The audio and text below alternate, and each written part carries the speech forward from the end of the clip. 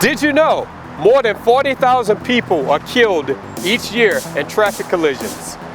Every 16 minutes, a deadly car accident occurs. My name is Lieutenant Gregory Vanderpool with DeKalb County Police Department, Traffic Section. The law requires all drivers and their passenger to wear safety belts while vehicles are moving. Why not take a few extra seconds to buckle up? It only takes 2 or 3 seconds.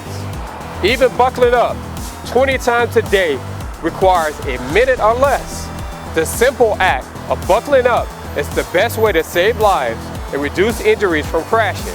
In a crash, wearing a seatbelt reduces your chance of being killed or seriously injured by 50%. It takes only an instant to die or to become permanently injured in a crash.